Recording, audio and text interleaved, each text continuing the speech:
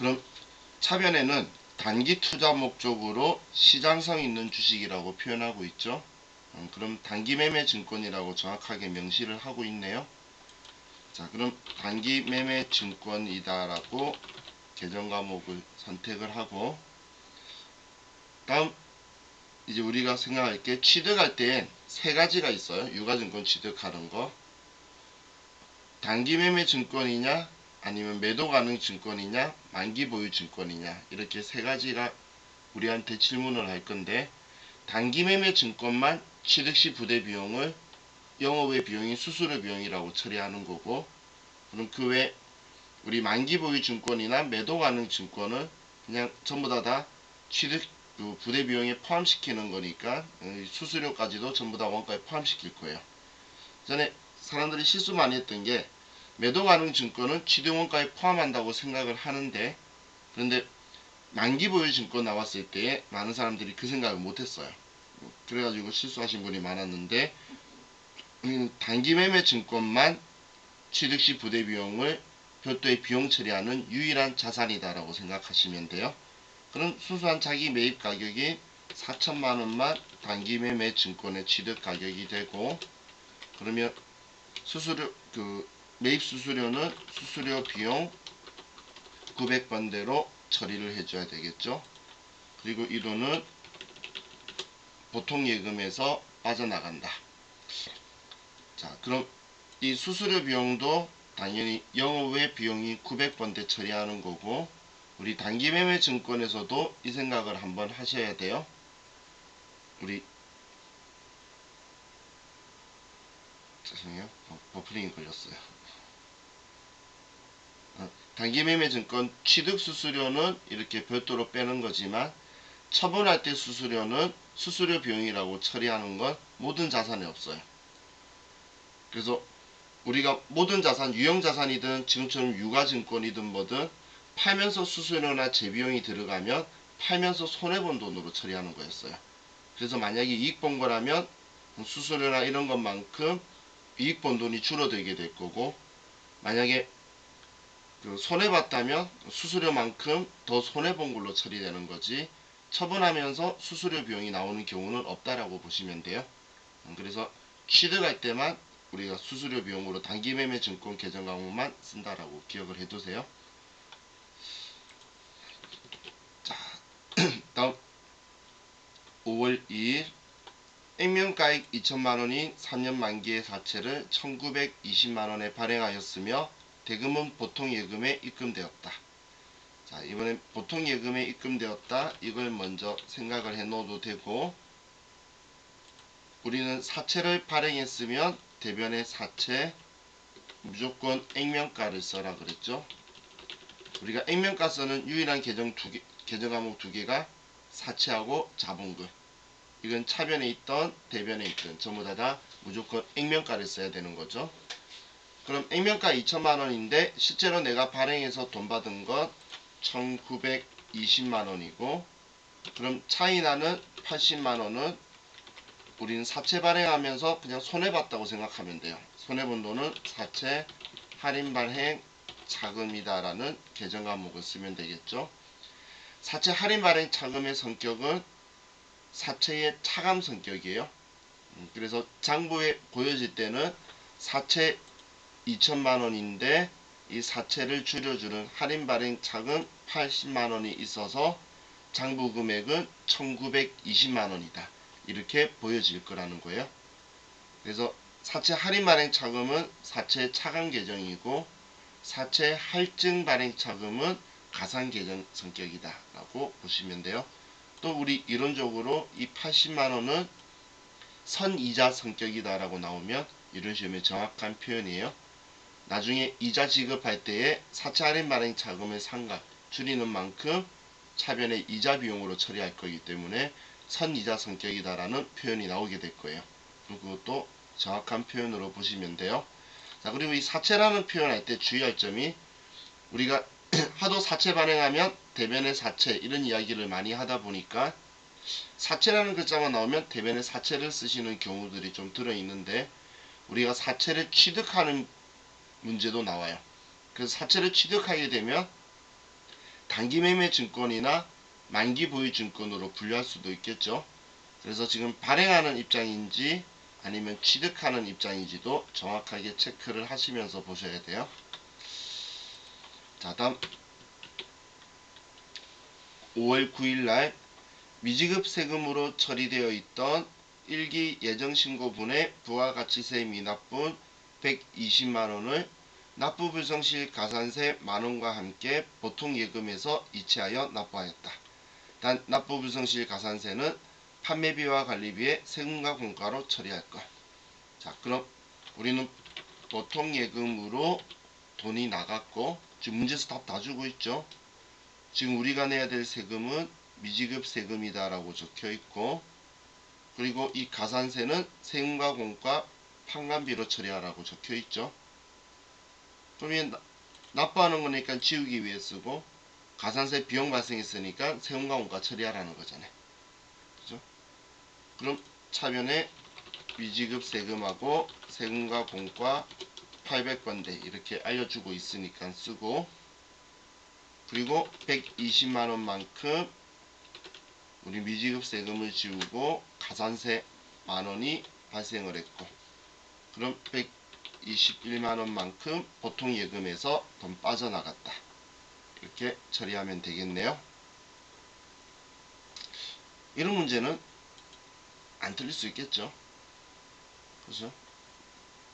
보통예금 나갔다고 하니까 적어놓고 나간 거 계정하면 알려주는 대로 쓰면 되잖아요. 그죠? 자, 다음 7월 30일 착한 토스트에서 공장 직원들이 먹을 간식을 준비하고 아래와 같은 신용카드 매출 전표를 받았다. 단 거래일 현재 착한 토스트는 간이과세자이다. 자, 우리 직원들 간식 주문한 거 준 거니까 우리는 500번대 복리후생비고, 신용카드면 뭐 외상거래인데 일반적인 상거래 아니니까 미지급금이 되겠죠. 자, 여기 간이과세자다라고 표현되어 있는 건 일반 과세자라면 매입세 공제가 되어서 매입매출 전표 가야 된다고 이의제기 신청을 할까봐 그걸 사전에 차단하려고 적어놓은 거예요. 그래서 너무 의미 두지 마시고, 근데 우리 생각해보면 이거죠. 신용카드 매출전표 수령명세서에서 세금계산서 발급 불가 사업자가 발행한 거는 부가세 환급이 안 돼서 입력을 안 했죠. 그것들은 부가신고서에 안 들어오니까 이렇게 일반 전표에 입력을 하는 거예요. 자, 그럼 얘를 보면 지금 2만원이네요. 그럼 차변에 복리후생비 생산부 직원이니까 500번대가 2만원이고, 대변에 미지급금이고 카드사가 현대카드네요. 현대카드다 2만원. 간식 적으니까 배고프네. 자, 다음 8월 21일 외상매출금 계정에 있는 해외매출처인 뉴욕 주식회사에 대한 외화외상매출금 4만 달러가 전액 회수되고 원화로 환가되어 보통예금에 입금되었다. 자, 그럼 우리가 이런 형식의 문제가 나오면 우리 장부에 적혀있는 금액하고 그리고 회수일 금액하고를 두 개를 생각을 하는 거예요. 그럼 장부 금액은 우리가 적혀있는 게 4만 달러에 그날 환율이 달러당 1150원이었네요. 자, 그러면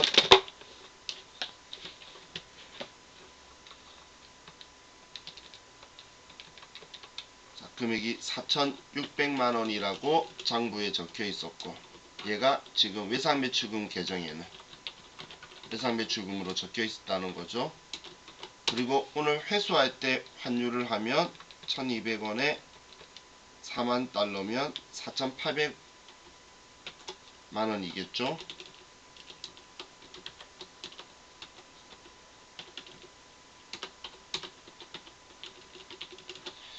자, 그리고 얘가 보통예금으로 들어왔다 이야기예요.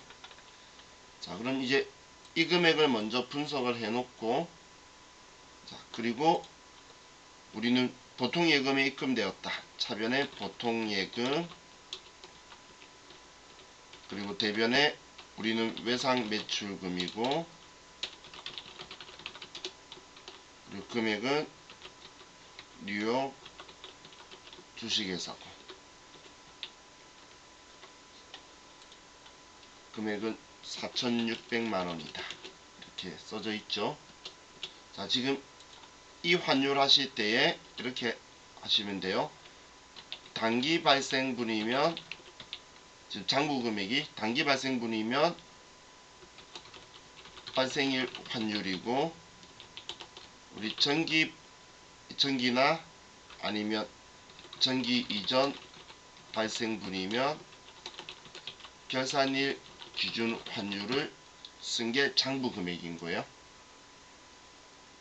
장부 가격은. 왜냐하면 결산할 때에 환산해 가지고 장부 금액을 결산일 기준 환율로 바꿔뒀겠죠.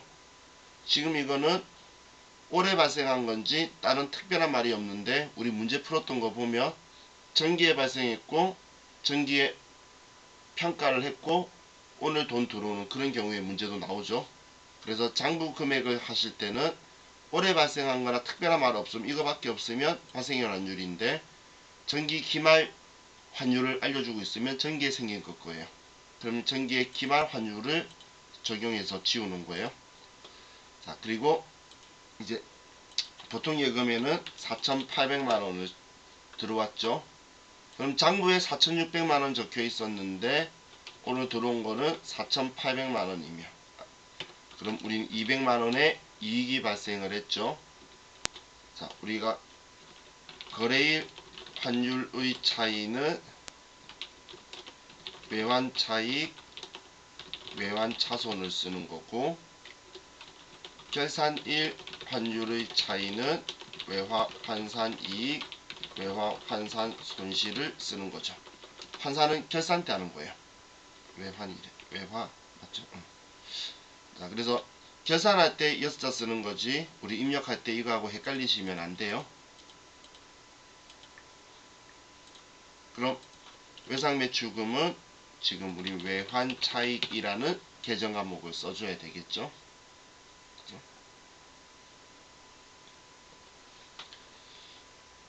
자, 그럼 우리 5개의 분계가 끝났으니까 우리 컴퓨터에 또 5개 분계를 다 입력을 하도록 할게요.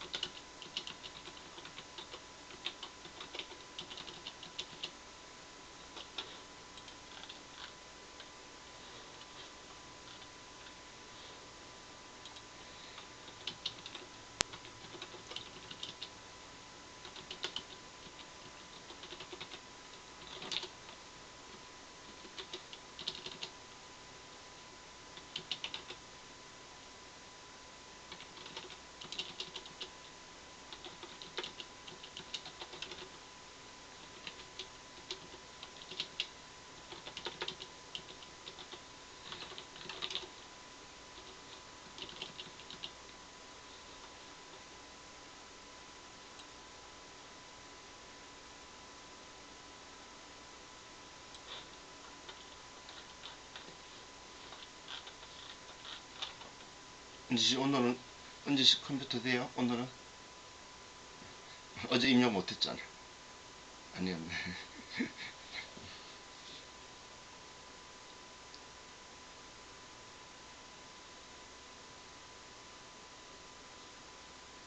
우리 학원 내일도 학원 못 가서 평일날 수업하시는 분들도 내일 전부 다 비대면으로 해요. 근데 평일반 분들은 좀 오래되면 9월달부터 했던 반들은 이미 비대면을 한번 해봤어요. 저 하다가 풀려가지고 다시 온 분들이라서 잘 하시는 분들인데 이제 모기가 있어요.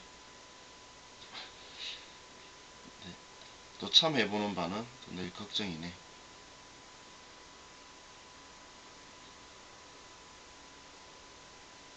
자, 입력 되셨나요?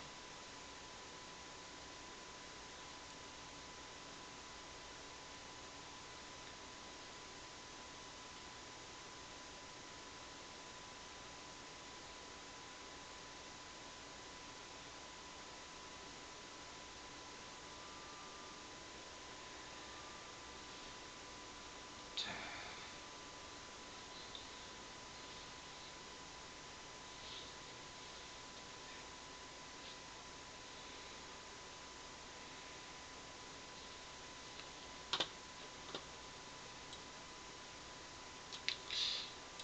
이제 우리 과세 유형을 찾아볼까요? 이제 과세 유형은 제가 메인 매출 전표 첫째 날짜인 7월 10일이라고 써놓으면 아래에 부가세 유형이 보이죠?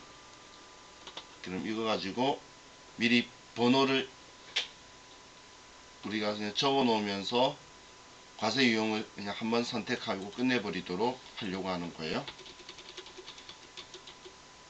자, 그럼 첫 번째 7월 10일 문제는 증빙이 전자세금 계산서를 발급받았다라고 적혀 있죠.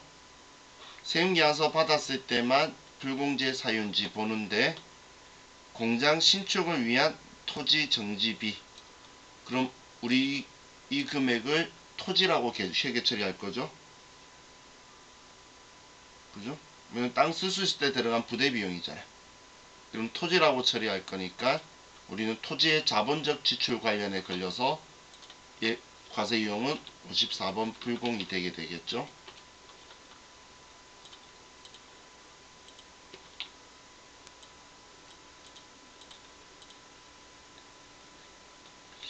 자, 다음 두 번째 8월 10일 날은 구매 확인서에 의해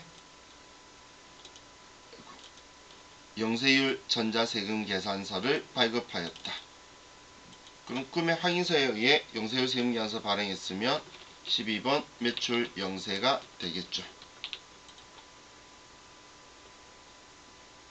그죠?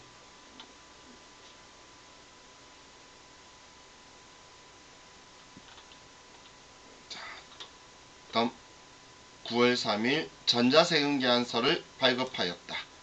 세금계산서 발급했고 뭐 특별한 거 없으면 11번 매출과세가 되겠네요.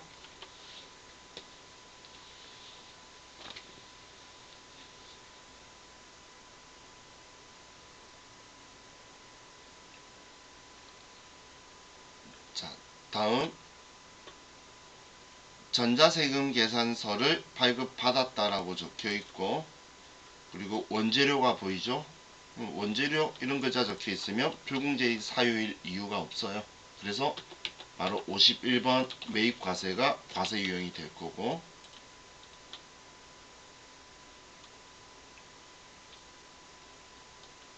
자, 다음 8월 10일 전자계산서를 발급받았다라고 적혀 있죠. 계산서 받았으면 우리는 53번 매입 면세가 되죠. 그죠?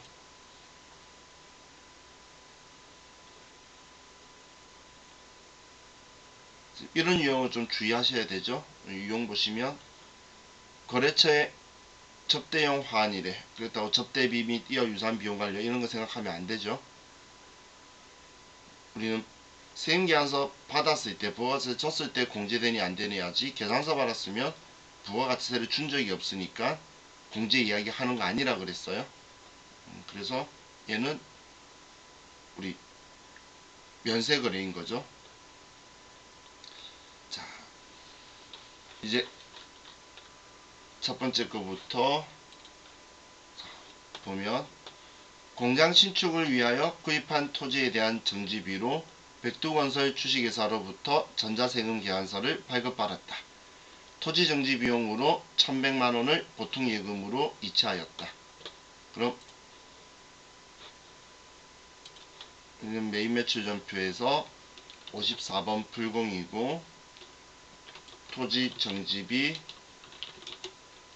금액은 110이 아니네요. 1100이네요. 1100만원에 포함이니까 1000만원이다 라고 쓰고, 거래처는 백두건설 전자세금 계산서, 불공제 사유는 토지의 자본적 지출 관련, 그리고 분계는 혼합이라고 해야겠네요. 우린 지금 이 계정 과목이 토지라고 처리를 해야 되죠. 그리고 대변에 보통예금에서 이체했으니까 보통예금이다. 우리가 토지라고 회계 처리하는 걸 왜 불공제 처리하냐면, 이 토지라고 처리했는데 얘를 팔 때는 부가가치세를 못 받아요. 토지의 공급은 면세이기 때문에. 그렇기 때문에 4월 때의 부가가치세를 매입세액을 공제 안 해준다는 규정이 있죠. 그래서 얘는 지금 우리가 토지라고 썼으니까 팔 때 대변에 토지라고 나갈 금액들이죠. 자본적 지출이. 그래서 불공제라고 처리하는 거예요. 우리가 자산으로 처리하는 걸 자본적 지출이라고 표현을 하죠.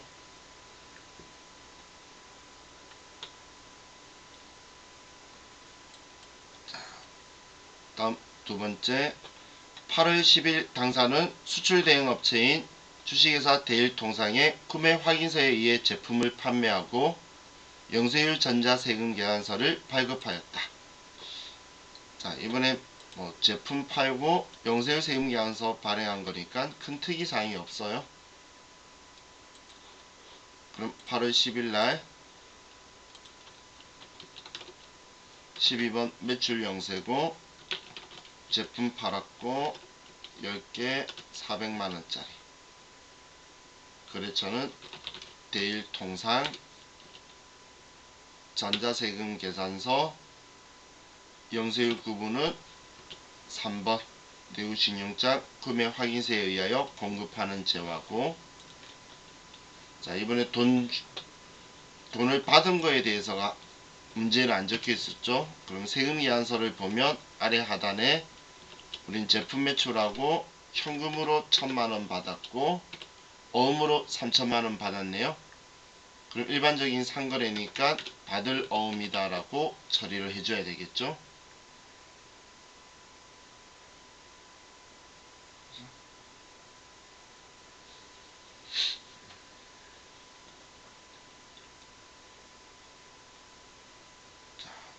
다음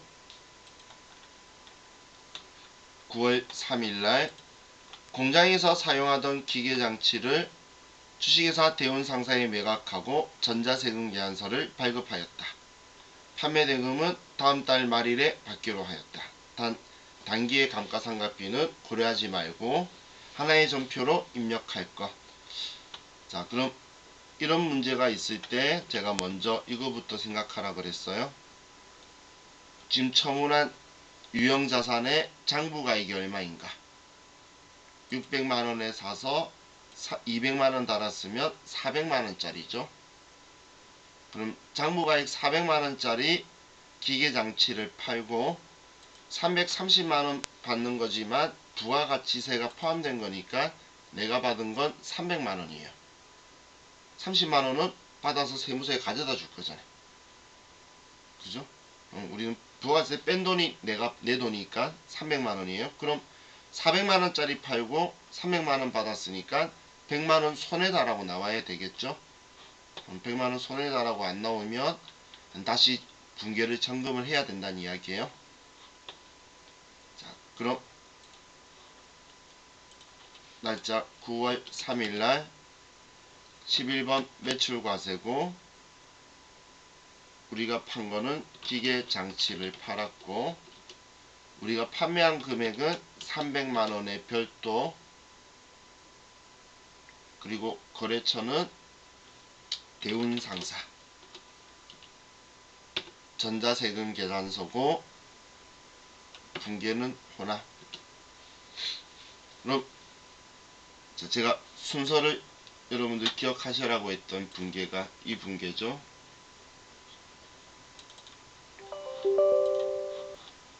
자, 순서를 기억하라고 했던 게 이 분계인데, 자, 첫 번째가 대변의 취득원가를 써줘야 되겠죠. 유형자산으로 계정하고 바꿔주고, 첫 번째가 제품 매출을 기계장치로 바꾸고, 두 번째가 취득원가로 금액을 바꿔주고, 세 번째는 차변 쓰고, 그 다음은 이 기계장치의 다음 번호를 바로 쓰면 되겠죠.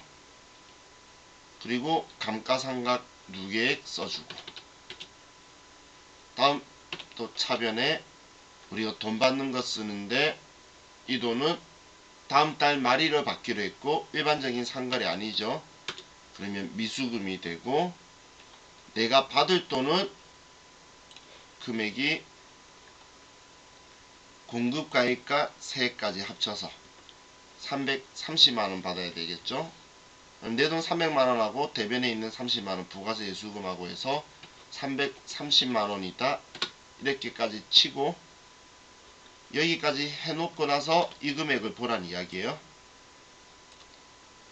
이 금액을 봤는데 지금 방금 우리 시작할 때 100만원 손해일 거라고 했잖아. 그래서 이게 마이너스 100만원이 나와 있으면 정확하게 처리가 된 거고, 얘가 마이너스 100만원이 아니면 어딘가 틀렸다라고 체크를 하라는 거예요.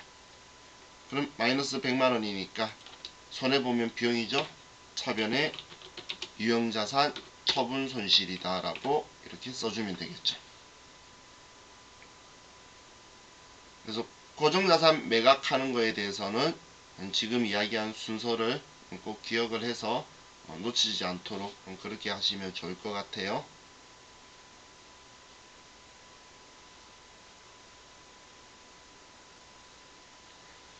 자, 다음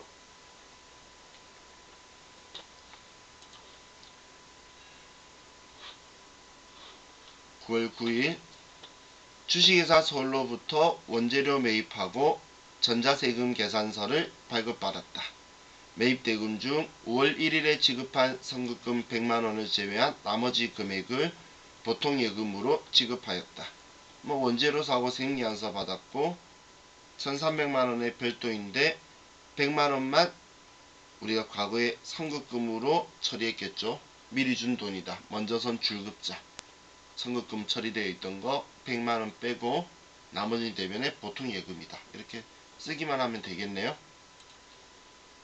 자, 그럼 오늘 날짜 9월 9일날 51번 매입과세 원재료를 사고 1300만원의 별도 주식회사 서울이고, 전자세금 계산서 분계는 호나.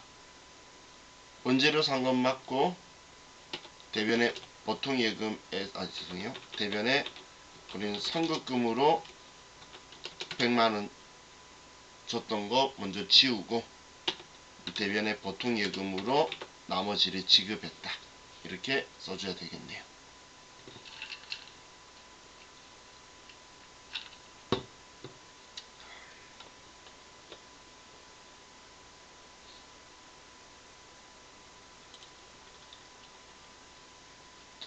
다음 10월 8일 당사의 판매부서는 거래처 접대용 근조 화환을 주문하고 다음과 같은 전자계산서를 발급받았다. 자, 계산서는 면세사업자의 적격 증빙이라 그랬어요. 그죠? 그래서 계산서 나오면 면세 떠올리시고, 받았으면 매입, 줬으면 매출, 그냥 이렇게 생각하시면 돼요. 그럼 우리가 산 거는 판매부서 거래처 접대용이니까 800번대의 접대비라고 처리하고, 대금 돈을 준 거는 따로 문제는 안 적혀 있죠. 그럼 아래 보니까 외상미수금 되어 있으니까 외상했나봐요. 일반적인 상거래 아니니까 미지급금이다 라고 처리하면 되겠네요. 그럼 날짜 10월 8일날 53번 메인 면세 근조 화환 8만원, 거래처는 공급자가 제이슨 콧하원.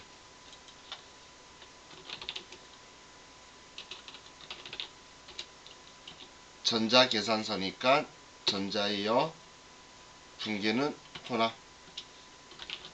우리는 800번대의 접대비고 대변의 일반적인 상거래 아니니까 미지급금이다 라고 이렇게 처리를 해주면 되겠죠.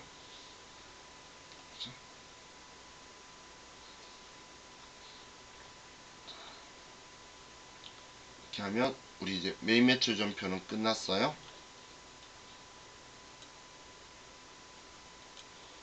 다음 이제 부가가치세 부속 서류로 가서, 자, 이 문제에 한하여 주식회사 두타전자는 과일인 사과와 복숭아를 가공하여 통조림을 제조하는 중소기업으로, 그럼 중소제조업이라는 거네요.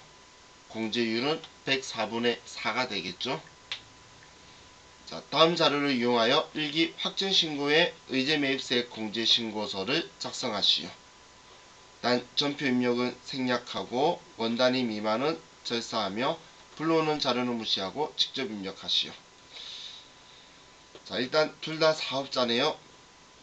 그리고 사과를 샀으니까 문제없고, 그리고 증빙은 계산서, 신용카드니까 여기에도 특별하게 문제는 없죠. 자, 그럼 여기에서 먼저 보면 의제매입세 공제는 제가 방금 확인했던 게 무조건 미가공, 농수산축산 인산품만 되는 거니까 여기 품목도 확인을 체크를 하셔야 되는 거예요. 그리고 제조업의 경우에는 농어민도 되는데 일반 음식점들은 우리 법인사업자든 개인사업자든 음식점은 농어민이 안 되기 때문에 여기에서 농어민 본 문제 하나여 요식업을 영위하는 법인 음식점으로 가정한다. 이런 식으로 문제가 나오기도 하죠. 그럼 공제율 106분의 6도 생각하지만 농어민 안 되니까 그거부터 먼저 체크를 하는 거예요. 그리고 이렇게 사업자 형태면 무조건 적격증빙이 계산서나 신용카드를 받아야 되지, 사업자한테 우리가 간이 영수증이나 아니면 무증빙이나 이런 것들 받으면 안 된다라는 거예요. 그리고 예정신고 때는 우리는 한도 계산을 안 하지만 확정신고 때는 한도 계산을 하죠. 그럼 지금 한도 계산을 하는데 여기에서 예정때 과세표준 1억 5천, 확정때 2천만원 있는데 기계 공급가액 500만원은 제외한 것이다. 왜냐하면 기계장치 매출한 거는 이거하고 관련이 없는 매출이죠. 그래서 빼야 되는데 혹시 이거 가지고 지금 우리 앞에 이 문제 때문에 이야기한 거예요. 지금 이런 문제들 있죠. 이런 문제들 때문에 이거 말고 또 안에 백데이터에서 또 돈 더 있는 게 있나 봐요. 그래서 이걸 이야기하는 거니까 이의제기 신청하지 말라 이야기예요. 백데이터에서 기계장치 나간 게 있나 봐요. 실무자들은 그거 확인하는 것 때문에 이의제기 신청할까봐 적혀 있으니까 크게 신경 쓰지 마시고, 또 예정신고 때에 의제매입세액 18만원을 공제받았다라고 적혀 있네요. 자, 그럼 이제 여기에서 문제가 조금 마음에 안 드는 건, 문제 이렇게 나왔으니까 할 말은 없는데, 의제매입세액을 예정 때 받았다는 건 예정 때 의제매입세액 공제 대상 매입액이 있다라는 이야기죠.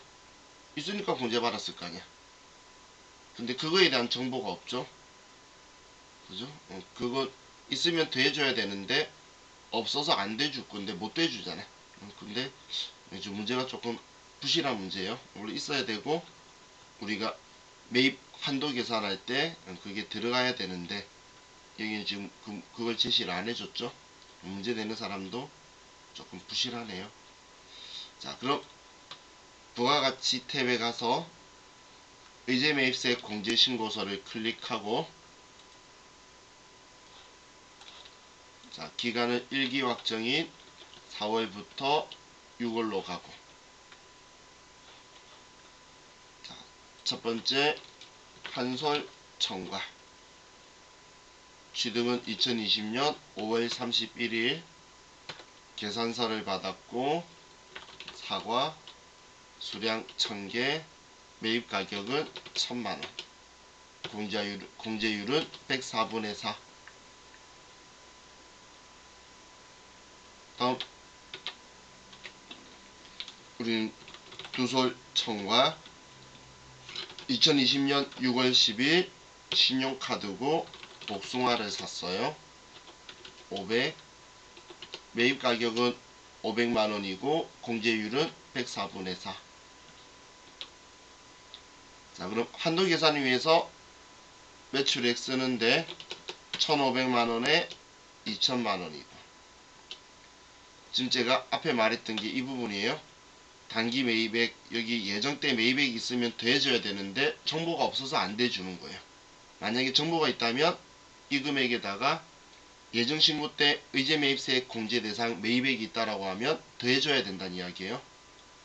왜냐면 한도가 매출이 예정 확정과 합친 거죠. 한도는 과세기간으로 하는 거니까 그럼 과세기간 매입액을 써야 돼요. 자, 없으니까 뭐 그냥 띄워놓고 여기는 18만원을 예정때 공제받았으니까 그거 빼고 나머지 이 금액만 공제받겠다라고 나왔죠. 자, 이렇게 입력하고 저장하면 이번 문제 끝났네요.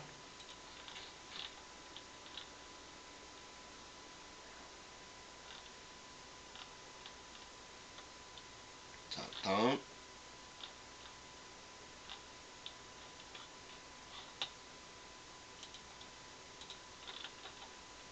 2번 다음 자료를 이용하여 주식회사 두타전자의 2020년 2기 확정신고기간에 대한 부가가치세 신고서를 작성하시오.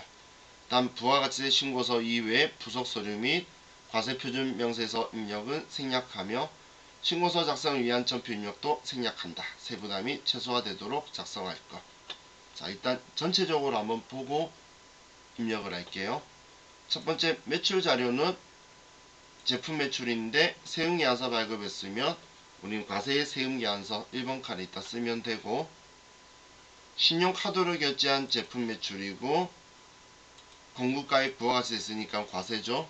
그러면 과세의 신용카드 현금 영수증 등이 있는 3번 칸에 있다 써주면 되겠고 내구 신용장에 의한 재화의 공급 그럼 영세율 세금계산서니까 영세율의 세금계산서 5번 칸에 써주면 될 거고 재화의 직수출액 영세율에 우리는 증빙이 없는 거죠. 그래서 기타인 6번 칸에 써주면 될 거고 대손 확정된 매출 채권 대손세액 공제 요건을 충족한대요. 그럼 대손 당했다는 거니까 매출세액에서 빼줘야 되겠죠.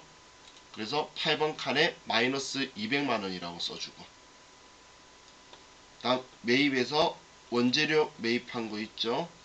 자, 그럼 원재료 매입한 거는 일반 매입이니까 세금계산서 수취했으니까 우리는 매입에서 세금계산서 일반 매입에 10번 칸에 있다 써줄 거고 다음 법인카드로 구입한 원재료 매입 이번에도 원재료죠. 그러면 14번에 우리 41번 신용카드 매출전표 수령금액 합계표에 우리 일반 매입에 41번에 800 써줄 거고 거래처 접대용 선물세트 매입액이 있네요. 세금계산서 받았고 고정자산 아님 그러면 일반 매입 세금계산서 일반 매입 10번 칸에 이 금액을 더해주고 여기에 더해주고 그리고 16번에 50번 공제받지 못할 매입세액에다가 써줘야 되겠죠. 불공제 사유니까. 그리고 원재료 매입한 거 900만원 있는데 예정신고 누락한 거네요. 그럼 예정신고 누락분 세금계산서 쪽에 써주면 되겠어요. 자, 그럼 일단 기본적으로 입력하는 건 이게 끝이면 지금 누락한 납부세액은 없죠. 누락한 환급세액이 90만원 있네. 누락한 거는 지금 이거 하나밖에 없잖아요. 지금 매출에는 누락분에 대한 게 없죠. 그럼 누락한 환급세액이 있으면 국세기본법상의 가산세는 없다라고 했어요. 내야 될 거 내가 신고 안 하고 작게 내면 가산세가 있는데, 내가 돌려받을 걸 늦게 신고하면 내 스스로가 손해를 본 거죠. 그렇기 때문에 그때는 국세기본법상 가산세는 없는 거예요. 자, 그리고 아래에 부가가치세 신고는 홈택스에서 전자신고하기로 한다. 전자신고세액 공제 10,000원을 써주란 이야기죠. 그리고 전자세금계산서 발급 시 국세청 전송도 정상적으로 이루어졌다. 그럼 발급 전송을 적절하게 제대로 다 했다는 이야기니까 부가가치세법상 가산세 없다는 이야기예요. 이번 회차도 가산세가 없네요. 가산세가 옛날만큼 잘 안 나와요. 여러분들이 옛날 60회차 대 하고 뭐 이런 것들 보면 70회차 대 보면 온통 가산세인데, 근데 지금은 가산세 문제가 그렇게 많이 안 나와요. 근데 걱정인 게 우리 바로 앞에 안 나왔고 그 앞에 회차도 지금 안 나왔죠. 우리 때는 나올 수도 있다는 이야기죠. 때는 됐어요. 근데 빈번하진 않다는 거예요. 그래서 우리 때는 가산세도 좀 위에서 봐야 돼요. 자, 그럼 부가가치세 신고서로 가서 2기 확정신고 기간인 10월부터 12월로 가고, 자, 첫 번째 제품 매출의 세금계산서 발행한 거 2억원 1번 칸에 써주고, 두 번째 신용카드 과세 거래한 거 6천만원 여기에 써주고, 내국신용장에 의한 세금계산서 그거는 여기에 5천만원이다 라고 써주고, 직수출한 거 1억 2천만원 6번 칸에 써주고, 다음 대손 확정된 채권 대손세액 공제 받는 거 마이너스 200만원을 8번 칸에 써주고, 원재료 매입 세금계산서 받은 거 일반 매입에 1억 5천에 1,500만원 써주고, 카드로 일반 매입은 41번에 800에 80만원 써주고, 거래처 접대한 거 770만원 10번 칸에 1억 5천 770만원이라고 쓰고, 그럼 1577만원이다 라고 세액을 써주고, 그럼 여기에 넣고 나서 불공지 사유는 집어넣고 16번에서 빼는 거라 그랬어요. 그럼 770에 77만원. 자, 불공제는 넣었다 빼는 거다. 그래서 여기든 여기든 어디든 넣었다가 여기에서 뺀다라고 기억하셔야 돼요. 다음 우리 원재료 매입한 거 예정 누락분 세금계산서 900만원에 90만원 쓰고,